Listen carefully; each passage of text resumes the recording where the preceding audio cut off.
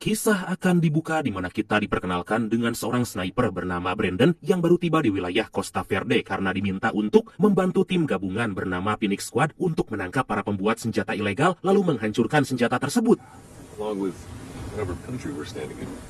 Di sana Brandon langsung disambut oleh pimpinan tim yang bernama Modise yang merupakan sahabat dekat Kolonel Gabriel. Diketahui Kolonel Gabriel adalah pendiri pasukan keamanan khusus yang mana Brandon merupakan salah satu anggotanya. Selain itu Modise mendapatkan sumber terpercaya kenapa menugaskan atau mengikut sertakan Brandon dalam misi ini. Brandon dikenalkan dengan tentara perempuan cantik bernama Nadia dan seorang ahli IT bernama Nova Diaz. Diketahui Nova Diaz adalah anak dari Bruno Diaz, seorang pejabat tinggi Costa Verde yang dibunuh oleh pemberontak, tapi akhirnya malah menuduh Brandon sebagai tersangkanya. Nova yang tahu kalau Brandon dijebak dalam kasus pembunuhan itu mendukung penuh Brandon dan akan membantunya.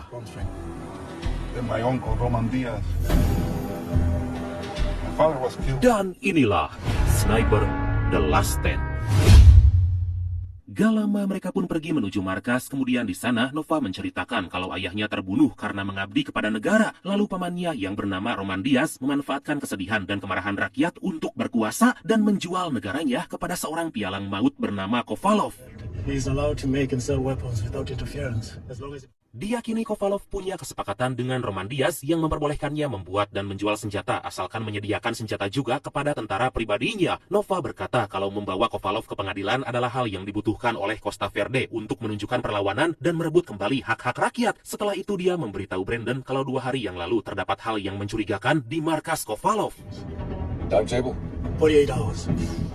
Kemudian Brandon bertanya kapan akan menyerang markas Kovalov dan Modise memberitahu kalau hanya punya waktu 48 jam untuk menyerang Kovalov. Sontak Brandon menyebut kalau waktu itu sangat sempit karena mereka harus melakukan pengintaian dan menganalisis lewat drone. Modise menjelaskan kalau semua itu udah dia lakukan dan meminta Brandon agar segera menunjukkan kemampuannya aja.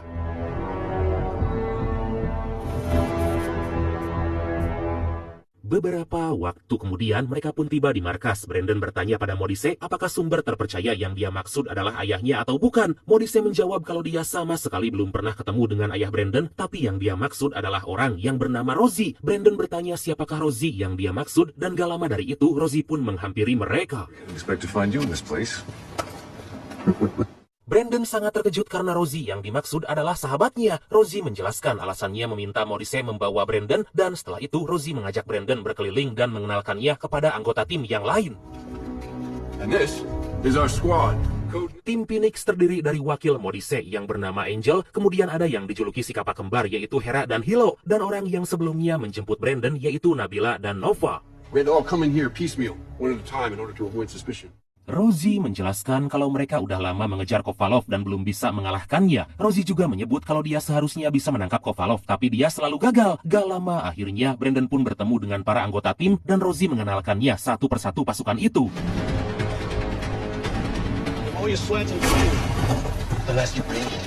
Mereka bertanya tentang misi yang pernah Brandon lakukan dan sontak Hilo menanyakan jumlah orang yang pernah dibunuh Brandon. Tapi Brandon menjelaskan kalau dia hanya menghitung jumlah misi yang dia selesaikan. I just count the number of assignments I complete. Tanpa diduga, Modise datang dan menyebut kalau apa yang dilakukan Brandon adalah sikap yang diinginkannya untuk menjadi seorang mentor. Modise mengenalkan Brandon dengan sniper bernama Zondi, tapi dia masih bau kencur dan meminta Brandon agar mengajarinya.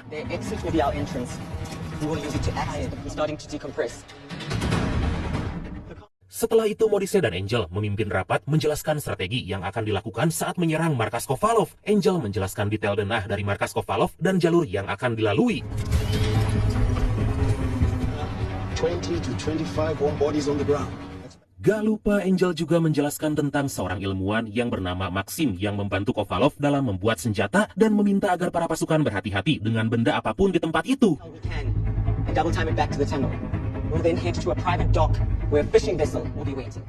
Rencananya setelah melumpuhkan Kovalov dan Maxim, mereka akan menghancurkan senjata buatan Maxim, mengambil informasi apapun yang bisa ditemukan di sana, dan mereka akan segera pergi ke dermaga sebagai zona evakuasi. Modise menjelaskan kalau Kovalov dan Maxim akan lebih berharga jika hidup, tapi jika mereka menjadi ancaman, pasukan Phoenix diizinkan untuk mengeksekusi mereka. Secure the garage. find and secure the research laboratory. Akhirnya Modise memberi nama pasukannya dengan nama Phoenix Squad sebagai penghormatan kepada Phoenix Rebellion. Dia membagi Phoenix Squad ke dalam 5 tim, yaitu tim A yang berisi Nadia, Selo, dan Modise yang bertugas untuk memburu Kovalov, lalu tim B yaitu Rosie, Jensen, dan Jed yang akan mengamankan lab penelitian, kemudian tim C diisi oleh Hera dan Hilo yang akan mengamankan garasi untuk membongkar semua kendaraan dan memastikan agar gak ada yang kabur, sedangkan Angel dan Nova ada di tim D yang akan mengamankan ruang amunisi dan mengambil data informasi senjata. Kemudian yang terakhir yaitu tim pengawas yang diisi oleh para sniper yang gak lain dan gak bukan adalah Brandon dan Zondi. Right. Calling them in is the last of all last resorts. Now, Misi ini harus dilakukan secara diam-diam karena Kovalov dilindungi Perdana Menteri yang bisa kapan aja mengirimkan tentaranya. Modise menjelaskan kalau Phoenix Rebellion adalah bantuan terakhir jika Phoenix Squad gagal menjalankan misi. Dari sinilah diketahui bahwa Phoenix Rebellion adalah pasukan tentara rakyat Costa Verde yang selama ini memperjuangkan kemerdekaan negaranya. Dengan menangkap Kovalov dan Maxim juga menghancurkan markas serta laboratoriumnya, tentu gak akan ada lagi yang bisa menyuplai senjata pada Perdana Menteri dan pemerintahan saat ini bisa digulingkan. Di sini juga didapatkan fakta bahwa Kovalov juga menjual senjata buatan Maxim pada Rusia, Korea Utara, dan banyak negara lain.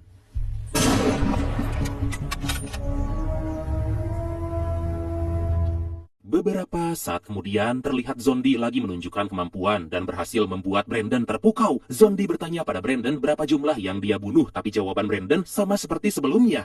You get all these questions that start running through your mind. Di situ Brandon memberitahu kalau pembunuhan pertama adalah hal yang penting karena itu akan sangat sulit. Brandon meminta Zondi agar jangan ragu saat menembak dan membunuh semua musuh karena kalau tidak, dia atau anggota tim yang lain yang akan terbunuh. Let's grab some chow. Semua anggota tim akhirnya berkumpul untuk makan siang sambil ngobrol tentang pengalaman masing-masing. Pengalaman Angel menjadi pengalaman yang paling memukau karena dia bertarung dalam lingkaran api dan berhasil menusuk sebanyak 11 kali. Setelah makan siang terlihat mereka lagi menyiapkan perlengkapan dan senjata untuk misi mereka kali ini. Brandon yang penasaran dengan Hera dan Holly bertanya asal julukan Jumeox Heshi. Gimana sih bacanya? Gitulah pokoknya mah. Kemudian mereka menjelaskan kalau mereka dipertemukan dalam situasi yang sangat berat dan berhasil mengalahkan musuh yang sangat banyak. Pada sore hari terlihat Brandon dan Zondi yang dalam perjalanan pulang dari berburu dan di situ Zondi menceritakan tentang keluarganya pada Brandon. Kemudian didapatkan fakta kalau Zondi adalah keturunan dari pejuang kemerdekaan yang berjuang bersama Nelson Mandela.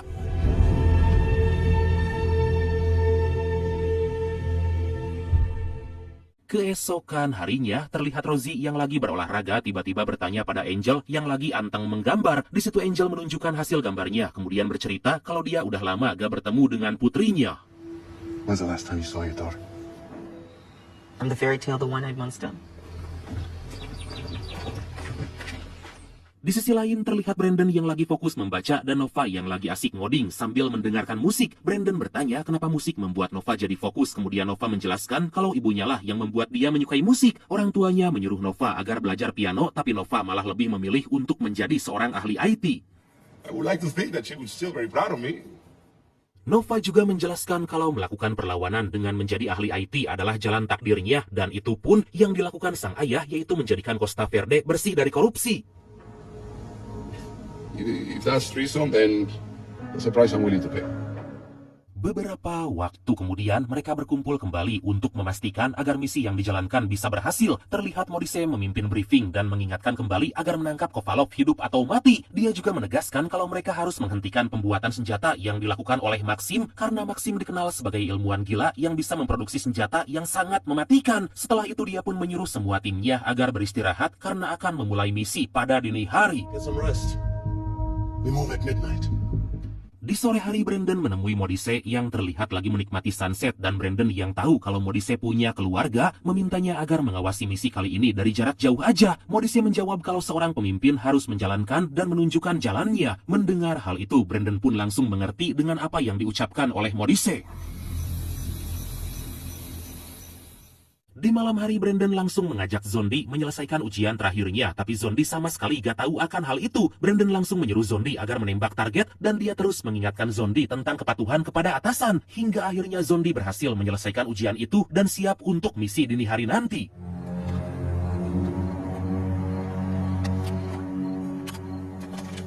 Zondi yang masih kebingungan menganggap kalau dia telah gagal dalam ujian tersebut, tapi Brandon menjelaskan kalau Zondi telah berhasil dan siap untuk misi. Di situ Zondi menyebut kalau Phoenix Squad sangat menghormati dan kagum pada Brandon. Kemudian tiba-tiba Rosie datang dan meminta mereka agar bersiap karena sebentar lagi misi akan dimulai.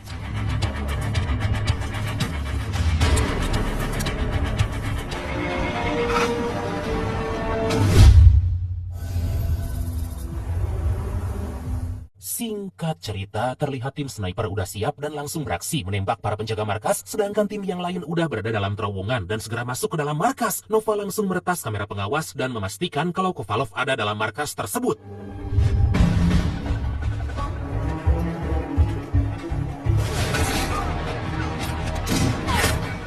Setiap tim langsung berpencar dan bersiap di posisinya masing-masing. Tapi seketika Nova dan Angel tiba-tiba diserang oleh pasukan Kovalov, tapi Angel berhasil mengalahkan mereka dengan sangat easy. Mereka pun bergegas menuju ruangan amunisi dan langsung mengamankan area tersebut.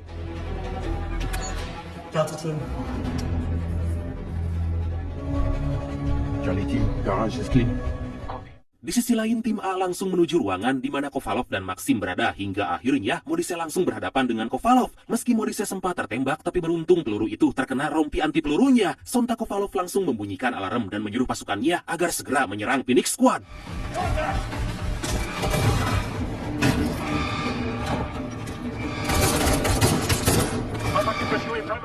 Tim A dihadang oleh pasukan Kovalov dan akhirnya aksi baku tembak yang sangat epik pun terjadi. Terlihat Kovalov dan Maxim pergi menuju ruangan senjata terbaru yang mereka buat.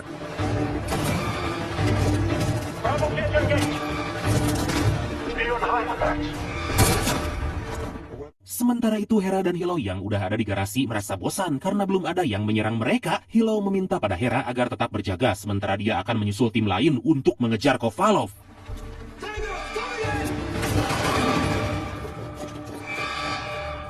Merasa terdesak, Kovalov tiba-tiba menghubungi Perdana Menteri agar mengirimkan bantuan tentara untuk menyerang Phoenix Squad. Di situ Kovalov akan menggunakan senjata yang baru dibuat, tapi Maxim mengingatkan kalau senjata tersebut masih prototipe dan belum sepenuhnya siap digunakan. I need to focus. Its trajectory or we're all critically yes, but wait. Gak lama Phoenix Squad akhirnya berhasil mengepung Kovalov dan Maxim dan akan segera menangkap mereka. Melihat hal itu, Kovalov segera menekan tombol senjata dan tiba-tiba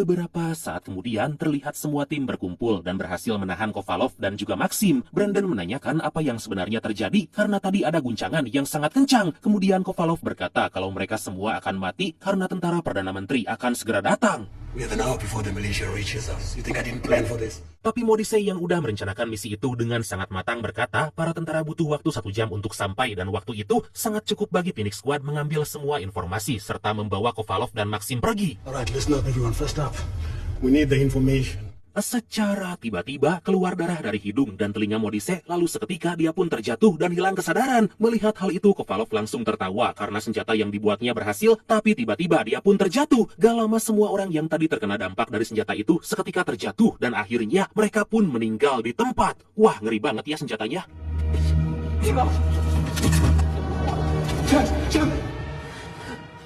Kejadian itu membuat anggota tim yang masih hidup kebingungan. Angel dan Rosie pun cekcok karena Rosie telah gagal mengamankan lab senjata. Guys, what are we gonna do? Huh? Kini mereka terlihat kehilangan semangat untuk menyelesaikan misi, tapi Brandon yang masih tenang akhirnya memimpin Phoenix Squad lalu membagi tugas untuk membawa tim yang tewas dan mengecek lab senjata. 130 protesters develop symptoms like these. Device uses microwave frequencies to disrupt function. Beberapa saat kemudian, Brandon menyuruh Nova agar mengirimkan atau mengupload data informasi dari lab senjata itu ke satelit. Lalu anggota tim yang tersisa akan bertempur melawan para tentara sampai semua data itu berhasil terupload. We upload it, then we destroy it. We leave nothing behind. Gotta get into it from here. Mendengar hal tersebut, Angel langsung menolak karena mereka kekurangan orang, sedangkan melawan tentara yang banyak dan jumlahnya bisa puluhan sama dengan misi bunuh diri. Sempat terjadi ketegangan di antara mereka, hingga akhirnya Brandon menenangkan mereka dan mengingatkan kalau itu adalah perintah terakhir dari Modise. We were an off-books mission. There is no evac team standing by. Alright, Pickett. Akhirnya mereka pun sepakat untuk bertempur melawan para tentara Perdana Menteri. Kemudian Brandon menjelaskan strategi yang akan mereka lakukan. Sebelum memulai pertempuran, Hera menyampaikan pesan terakhirnya pada Hilo dan membawa senjata yang selalu Hilo gunakan. Post up at the tower. Let's gather whatever munitions we can find, see what we have to work with. Di sisi lain terlihat Nova yang telah memulai mengupload informasi senjata ke satelit, kemudian Brandon datang dan memberikannya HP untuk mengaktifkan bom yang telah terpasang jika situasi mulai darurat. Sementara itu Zombie udah bersiap dengan senapannya membidik dari atas menara.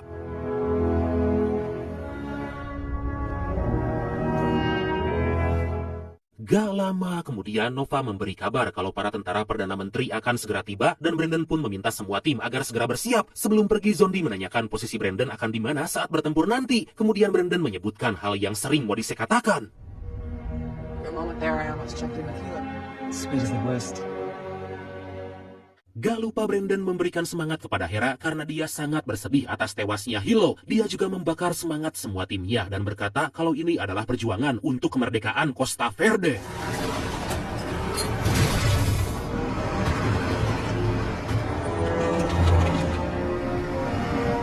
Akhirnya para tentara Perdana Menteri itu pun tiba dan disambut dengan ledakan bom dan dilempari bom asap. Terlihat dengan gegeknya Brandon menyusup dan menembaki para musuh, kemudian kembali ke tempat saat asap itu udah mulai hilang.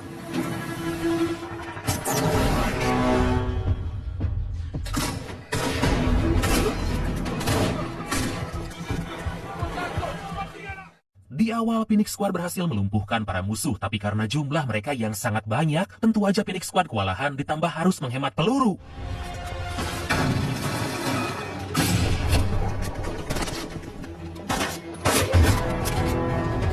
Hera yang mulai terdesak karena kehabisan peluru segera pergi meninggalkan garasi, tapi tiba-tiba dia dihadang oleh 7 tentara musuh hingga aksi pertarungan yang sangat epik pun terjadi. Wow!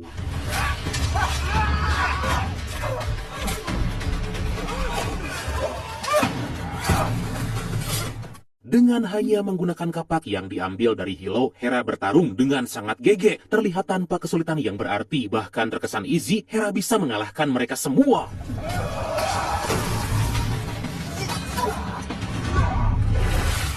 Tapi karena tentara musuh yang terus berdatangan semakin membuat Phoenix Squad terdesak dan mereka pun pergi ke zona pembunuhan. Angel bertarung melawan tentara musuh yang sebelah mata tertutup seperti bajak laut. Pada awalnya Angel terlihat sangat kewalahan, tapi pada akhirnya Angel berhasil memenangkan pertarungan itu meskipun kupingnya terluka.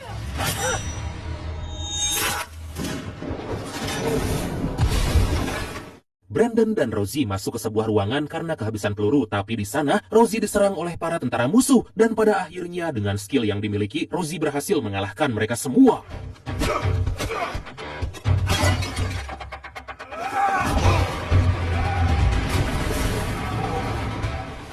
Di sisi lain, Brandon terlihat berhasil mengalahkan beberapa tentara musuh, tapi karena lengah, dia terkena pukulan dan sontak dia pun terjatuh. Mereka pun langsung berduel 1 lawan 1 dan Brandon bisa memenangkan pertarungan.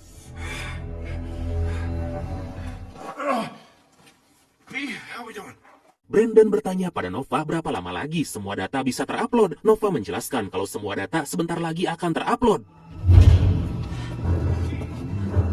Mendengar ada beberapa tentara musuh mendekati ruangannya, Nova segera bergegas mengambil handphone untuk menyalakan bom dan kemudian... Beberapa saat kemudian, listrik di tempat itu dimatikan dan mereka akan pergi ke terowongan. Terlihat Hera yang panik karena alat night vision-nya gak menyala, menghubungi yang lain agar menemuinya. Brandon pun langsung pergi untuk menemui Hera, tapi dia terlambat karena Hera malah bertemu dengan para musuh yang membuatnya terbunuh di tempat itu.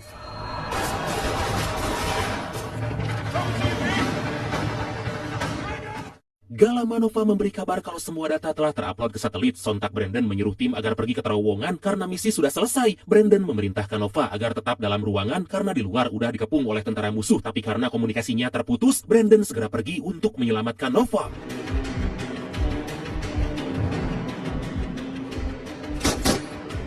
Terlihat Brandon udah di luar dan berniat akan pergi ke halaman, tapi karena lengah, Brandon tertembak dan mulai kehilangan kesadaran. Beruntung Rosie yang gak jauh darinya segera menghampiri dan mengecek kondisi Brandon.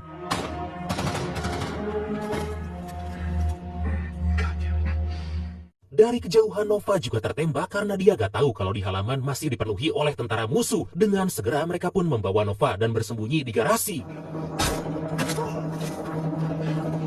Brandon berkata pada Nova kalau Phoenix Rebellion akan datang dan nama Diaz yang sebenarnya akan dikenang, tapi gak lama dari itu Nova menghembuskan nafas terakhirnya.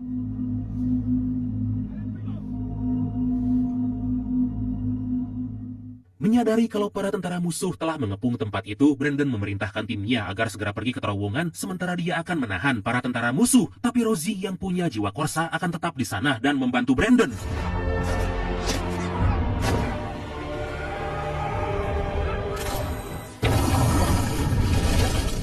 Angel dan Zombie langsung menuju terowongan, sedangkan Brandon dan Rosie menyerang para tentara musuh. Di sana Brandon dan Rosie berhasil dikepung oleh para tentara musuh dan terlihat mereka telah pasrah karena kehabisan peluru.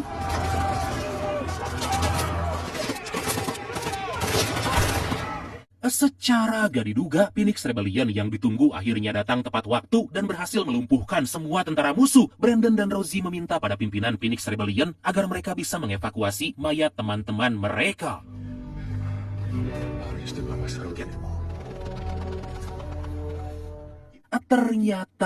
Ternyata Nova masih hidup dan langsung dibawa oleh tentara Phoenix Rebellion untuk segera mendapatkan perawatan. Dan akhirnya Phoenix Squad berhasil menyelesaikan misi dan kembali ke markas.